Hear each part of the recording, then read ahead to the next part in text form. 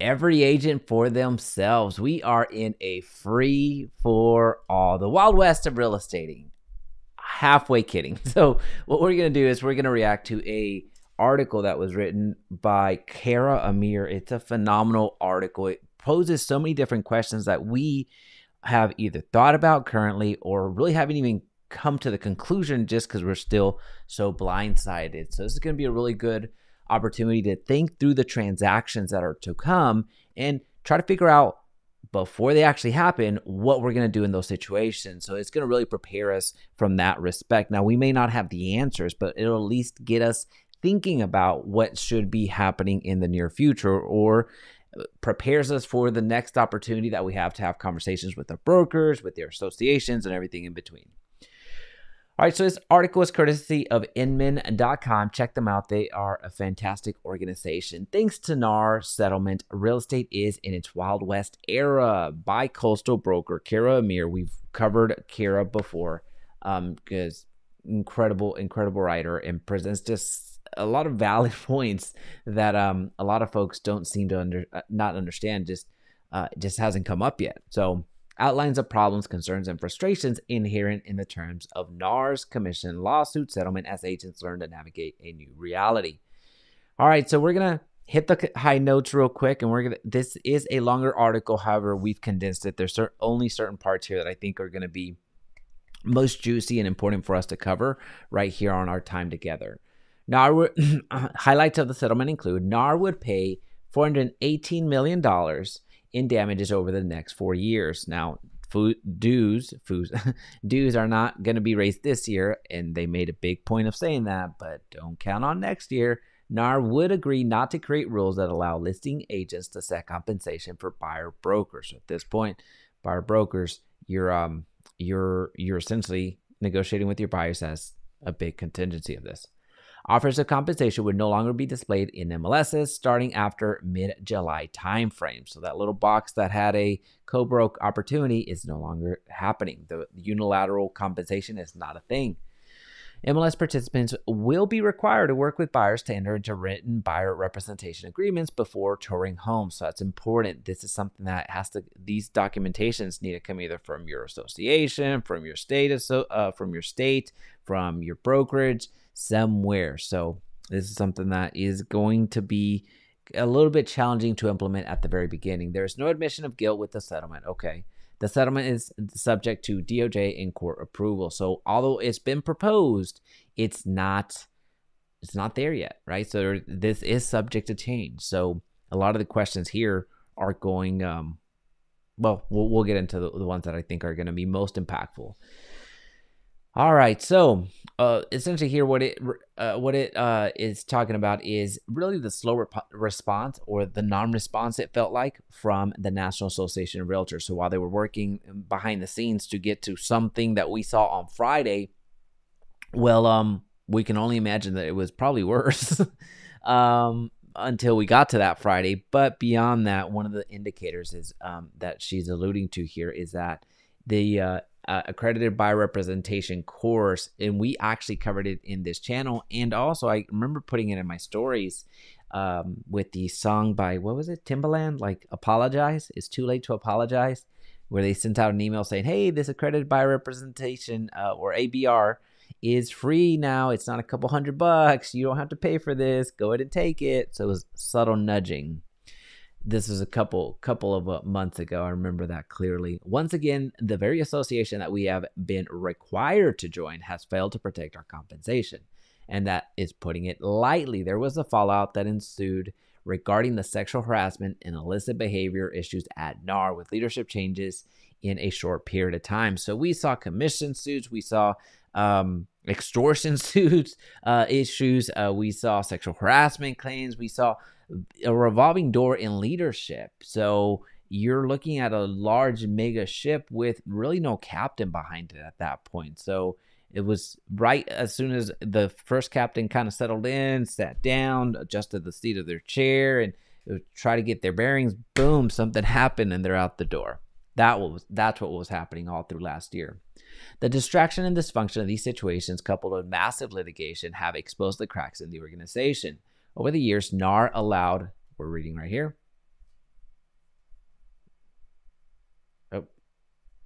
We're reading it right here. The distraction and dysfunction of these situations, coupled with massive litigation, have exposed the cracks in the organization. Over the years, NAR allowed MLS data to become a free-for-all. This is so important, in which the empowered consumer has become entitled to it. Think they don't need us, and we are public information service about properties. I wonder what would happen, and I posted this question the other day. I wonder what would happen if we just cut off the MLS feed to people. Would they get sued again? I mean, just straight up cut it off. I'm sure there's probably contracts with Zillow and things of that nature. I don't know what happened. What would happen at that point? NAR would become more relevant here at this point, or NAR would become more relevant, I would say. I don't know. I just thought about that. Like, I thought about that the other day, and I thought to ask. So then here it starts talking about, well, all the headlines. So we're not going to get back into that, but all the headlines that were out there, the standard 6% commission is no longer a thing. Expect prices to come down. We covered several news articles over the weekend, so we're not going to cover them again. And then goes on to do the comparison between the states and other countries. So we've covered those videos and those topics in the past quite a bit, so we're not going to get into those. So many questions, still no answers. With all the discussion about transparency, I would have never imagined that NAR would agree to remove offers compensation from the MLS. That just poses so many questions. There's going to be a lot more distrust. That's where the whole Wild West title comes from. In fact, we'll talk about one point here that's very important. As a result of this ruling, agents have less protection than ever before. We have always been a contingency-based profession, which carries its own set of risks. The buyer may not buy with us, and the seller may opt not to sell and take their home off market. We could find ourselves working for hours and hours and hours and not see a result. Now, different from attorneys that will collect 40+%, in these contingency arrangements, there is a potential for 2, 3, 4, 5, 6% compensation for an agent. So quite different, right? But the risk is still there. So you could find yourself working for hours and hours, spending money of your own as well, investing in this only for it not to happen. And that's a real reality that was happening. Now, with at least more certainties that you were going to get compensated here, the bottom has fallen out. There's no real certainty there. Now, we are heading blindly into the real estate ether, working tirelessly on behalf of a buyer with no idea if we will get compensated. Every offer is going to be different. Every home is going to be different. And you can quickly find yourself, just going to go ahead and say this, no one's going to really like this, but you can quickly find yourself with a little bit more desperate real estate agents.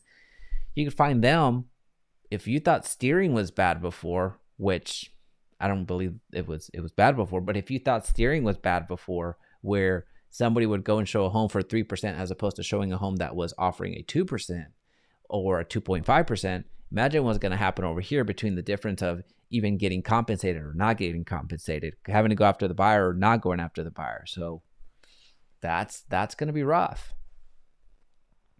So yeah, we're heading blindly into the real estate ether, working tirelessly on behalf of a buyer with no idea if we'll be compensated, despite having a buyer agency agreement or what a seller may be willing to do. Again, every offer is going to be different. Every home is going to be different. While offers of compensation cannot be made contingent upon an offer getting accepted, let's be real. If the seller has the choice between compensating a buyer's agent or not, and the buyer is limited on their financial bandwidth of what they can do, the seller won't want to consider the offer asking for a buyer agent's compensation. Right? So that's a really good point from an optics perspective, and just seeing an offer that there's already cash light when it comes to the deposit and also being from the seller perspective, now being on the quote unquote hook to pay a compensation at this point, they're going to go, they could potentially go to a much smoother route over here where you have somebody that may be a little bit better funded, that it's not going to be an issue, right? So there's a difference why some folks that will put additional money down or have a little bit more money down, they seem like a safer bet, if you will, than ones that are going into the bare minimum into the loan, like 3%, 3.5%. So here it's going to be that on steroids. Some listing agents may not want to work with certain agents bringing buyers. Unfair bias may ensue on a number of things that go unchecked. The listing agent doesn't like the brokerage, had a bad experience with them, and won't offer any compensation to any agents from that company, but is telling agents from other companies that compensation is available. This is going to happen. Understand, we have hundreds of thousands of individuals, and we can't for a second believe that all these hundreds of thousands of agents that are doing transactions are going to be above board. And I'm not saying because they're bad people, but I'm saying desperation is going to cause some irrational behavior at some point. So here, one of the things that we're preparing here internally to do is whenever we are checking what the offered compensation is, phone calls is something that we're advising against. We're advising against making these phone calls because we're going to need documentation to back things up, which is a point that's going to get brought up here in a little bit. So anyway, essentially, whether that's text, whether that's email, we need written documentation that certain things were a certain percentage, so we have something to fall back on, as opposed to coming back after the fact, a week after the fact, or even a day after the fact. Think about all these calls that you're having to make to all these homes. You're going to get them confused. The listing agents may get them confused if they are operating a sizable business of listings. So they may be confused on, oh, I forgot Main Street was offering 3%, and then over here on Elm Street it was 2%. Oh no, I told you it was 1%. There's going to be all of that. So that's why we're looking at no call. Well, we're going to make calls, but that's not going to be that's going to be a reinforcement. It's not going to be the way that we actually document. Other listing agents may have preconceived notions about buyers based on race, background, creed, sexual orientation, and a seller and or agent who is biased may discourage interest from the agent representing that buyer by telling them they're not offering any compensation or offering very little on purpose to discourage interest. This happens a lot. A little bit of background. I used to own a property management company a few years ago. It didn't last long, but we had about 125 doors under management here in the North Dallas-Fort Worth Metroplex. And what we would often find would be individuals that would come to us that were straight up discriminated against. We're straight up just, just depending on kind of what their past history was. And so they could qualify, if you will. They actually met the requirements, but they were just told no at the door just because of their background. And it's something that is here. It's going to be more highlighted than ever because some people are just not going to want to deal with that either opposite, whatever, some sort of background, just some preconceived notions about individuals. You're going to find those opportunities all the time. It's much easier for them to tell a lie than actually go through and try to work with those individuals because of preconceived notions. That's why we go back to the whole making sure that everything is documented because of this next point that comes up. This brings up another question. When a transaction closes, will it be disclosed what fee, if any, was paid to the listing and or buyer's agent in the MLS or anywhere else? Only then could an agent who feels the listing agent was less than transparent with them see what really happened. By then, it's too late. In interest of transparency, we absolutely need to know. That's the other thing, right? So this is actually something that came up in our group call. So we do our buyer seller masterminds on Tuesdays with our real estate agents, and this exact point came up. Right. So once the transaction's over, is it going to be documented? Is it going to be shared? Similar to the way that it is right now. You get to see what the final price was. You get to see what concessions were made. So here, is that going to be shared? So how can we actually have that transparency? And in the event that it is, well, think about it. If I call Agent Ice, because that's what I'm drinking right there. So that is right. Yeah, Agent Ice. I call Agent Ice. They tell me the compensation. They're offering a 1% compensation. And then I come and find out that if it is disclosed, again, it's all contingent upon it being disclosed. And then I see that same transaction, that same property was actually closed, but they offered a 2%, a 3%. Well, that's going to be a big issue at that point, because I was told something different. Now, of course, I recognize that things could change. Like the seller may find, hey, there's not enough activity here. Hey, let's raise up the compensation that we're offering to buyer's agents. Well, even if that was true, that agent is now going to need to communicate that with all the previous people that showed the home or showed interest, and they're not going to go and do that. It's just not going to happen. It's not feasible, especially the way that it operates right now, because some people are going to get a text, some people are going to get a call, some people are going to get an email. And for an agent to be doing all of that, reaching back out to those individuals, we understand that some people are either too busy, some agents just don't want to do it. So every agent's cut a little bit different. So that's going to be something that is going to be an issue, again, especially if there is that transparency as we were hoping that there would be. Well, if we come back and see that the compensation was not what we were led to believe, then there's going to be some issues. At that point, are we going to be mired in filing complaints and lawsuits that will likely to far exceed the cost of commission, because it's going to be they said and the he said, she said. At this point, the compensation paid or not is likely to impact the final sales price. We will need to know this information when we're reviewing comparables for buyers and sellers, of course, to advise them on values, as will appraisers. Right? So that's something that, again, it just impacts so many different ways that there's no clarity on what that's going to look like. Again, this is a proposal, so we don't even know if what's been laid out is going to be accepted. So these questions are so beyond valid, and that's the reason that I really wanted to cover this particular article, because Kara does a really good job in seeing through, hey, the next thing is going to potentially be affected. With agents not having to be members of the MLS to be compensated for their work, this adds even more confusion to the fire. What rules are agents going to be playing? The NAR Code of Ethics won't seem to mean much. So is there going to be a new playbook written that applies to all agents with a real estate license, no matter what organizations you belong to, or if you call yourself a realtor or are a real estate agent? This one I can kind of answer ahead of time. NAR is not going to necessarily, it holds no weight at this point. Realtor, registered R or not, it just doesn't hold any weight at this point. Will a new title need to be procured for us, real estate advocate or advisor? Will we see brokerages and agents opting not to list properties in MLS? Trying to keep up with all that in the market in a comprehensive and efficient way will be mayhem. So there's going to be decentralization of, if everyone was coming together to leverage the MLS, now there's just going to be, if there's decoupling of commissions, there's going to be decoupling of real estate listings at this point. So think about what's going to happen here in the very near future.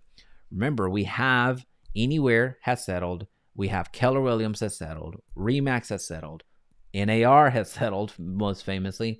And you have Home Services of America left holding the bag in the original suit, where they're being asked to pay $47 billion for real.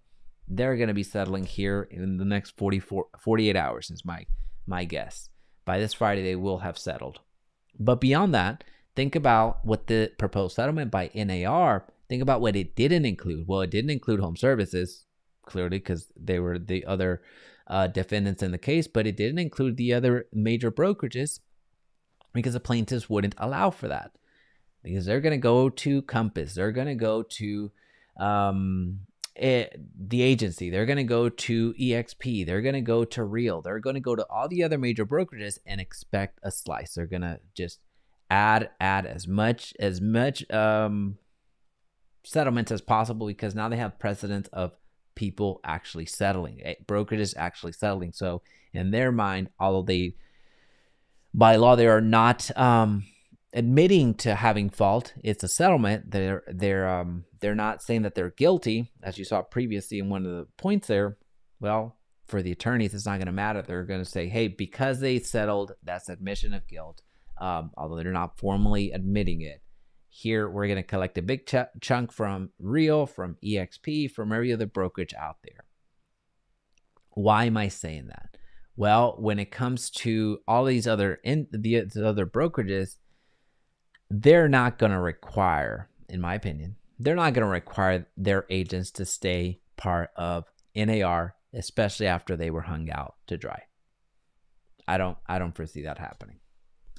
So NAR is in a very tough situation. I recognize that. I'm not making light of it. I'm not dogpiling to what NAR it did or didn't do, but at this point, just seeing the writing on the wall from the other brokerages at bare minimum, I don't see them making it a requirement for their agents to be members of NAR to practice, or NAR to practice real estate.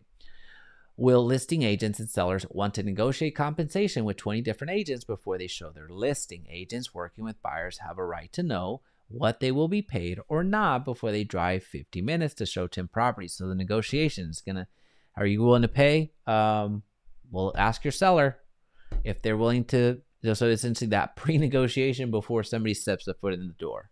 Their buyer may not be able to afford to pay them in certain circumstances, and along those lines cannot afford to simply add the cost of compensation to the sales price, as that may push their monthly payment beyond their comfort level or push them past the max they qualify for. Are we going to be ready to sue a buyer at the drop of a hat with legal counsel on standby? This is something that we also brought up in the buyer-seller mastermind.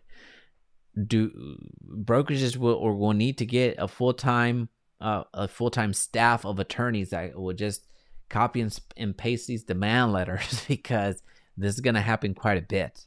While that sounds like a great idea, who would pay for that? Most brokerages are running lean due to the market shift, as well as all of this litigation, and won't be able to take on that expense, nor will agents, right? So we're talking about there's going to be so many more agreements here that are susceptible to being broken, right? So the litigation is going to go extremely high. You're going to have a 500, 1,000% increase in litigation from real estate agents, from buyer clients, from seller clients. There's going to be a round robin of litigation. It's going to go through the roof.